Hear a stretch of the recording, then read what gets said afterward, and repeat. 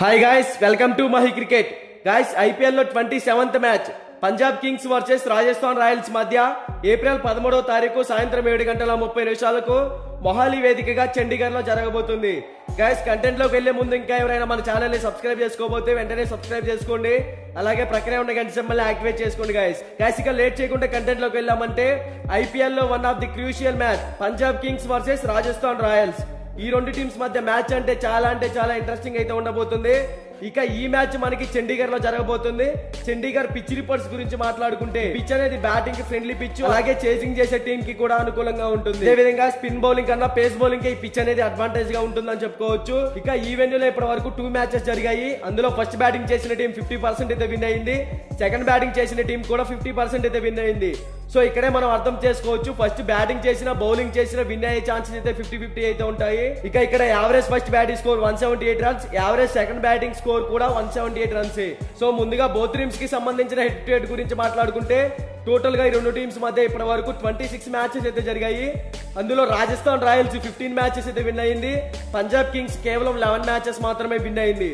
So ఇక్కడ head to head records లో Rajasthan team కే benefit గా ఉందని చెప్పుకోవచ్చు. ఇక బోత్ టీమ్స్ గురించి మాట్లాడుకుంటే రాజస్థాన్ రాయల్స్ ఈ సీజన్ లో ఇప్పటి వరకు టోటల్ గా 5 మ్యాచెస్ ఆడింది. అందులో 4 మ్యాచెస్ విన్ అయింది.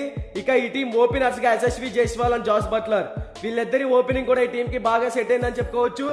యశస్వి జైస్వాల్ ఎక్స్ట్రాడినరీ హిట్టర్ అయినప్పటికీ ఈ ఐపీఎల్ అంతా పర్ఫార్మెన్స్ అయితే ఇవ్వడం లేదు. జైస్వాల్ కనుక ఫామ్ లోకి వస్తే ఈ టీం ఓపెనింగ్ ఎక్సలెంట్ గా ఉంటుందని చెప్పుకోవచ్చు. తర్వాత Jos Buttler excellent hitter, batting పరంగా మంచి పర్ఫార్మెన్స్ అయితే ఇస్తున్నాడు టీం కి. తర్వాత వన్ డౌన్ లో చూసుకుంటే Sanju Samson back to form, wicket keeper, batsmen, captain గా టీమ్ కి 100% అయితే ఇస్తున్నాడు.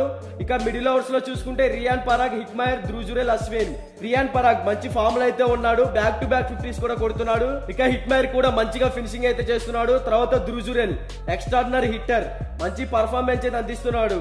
ఇక Ashwin excellent allrounder and spin పరంగా కూడా సెటిల్ ప్లేయర్. స్పిన్ పరంగా చూసుకుంటే అశ్విన్, చాహల్ వీళ్ళిద్దరు కూడా ఎక్సలెంట్ స్పిన్నర్స్ అని చెప్పుకోవచ్చు. ఇక బౌలింగ్ సైడ్ చూసుకుంటే ట్రెంట్ బోల్ట్, ఆవేష్ ఖాన్, కుల్దీప్ సేన్, కేశవ్ మహారాజా. సో ఇక్కడ చూసుకుంటే ఈ టీం సీమ్ బౌలింగ్ సైడ్ కొంచెం ఫోకస్ అయితే పెట్టాల్సి ఉంటుంది. ఎందుకంటే ఈ వెన్యూ కూడా సీమ్ బౌలింగ్ కి బాగా అనుకూలంగా ఉంటుంది కాబట్టి. ఓవరాల్ గా ఈ టీం టాస్ గెలిచినా ఓడినా ఫస్ట్ బ్యాటింగ్ కనుక చేస్తే కంపల్సరిగా 180+ టార్గెట్ అయితే సెట్ చేయాల్సి ఉంటుంది. అప్పుడే ఈ టీం విన్ అయ్యే ఛాన్సెస్ అయితే క్రియేట్ చేసుకోవచ్చు.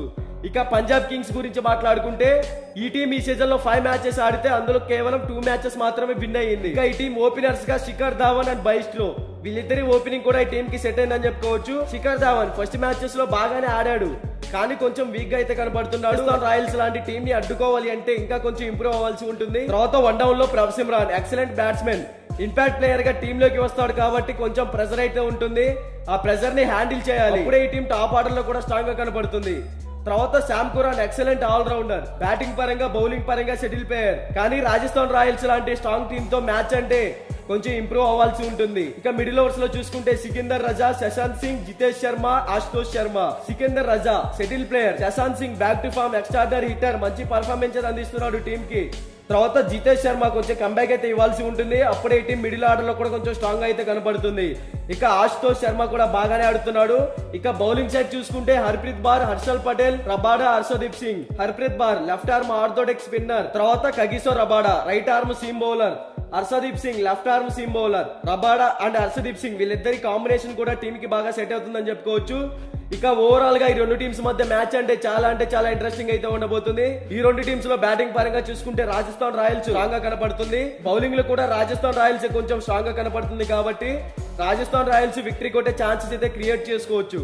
బట్ ఇది 100% విన్ రిపోర్ట్ అయితే కాదు. మీకు 100% విన్ రిపోర్ట్ కావాలి అంటే డిస్క్రిప్షన్ లో మన టెలిగ్రామ్ ఛానల్ లింక్ అయితే ఉంది, ఒకసారి వెళ్ళి జాయిన్ అవ్వండి. ఇక బోత్ టీమ్స్ కి సంబంధించిన ఎక్స్పెక్టెడ్ ప్లేయింగ్ 11 డిస్ప్లే మీద రన్ అవుతుందో ఒకసారి చెక్ చేయండి.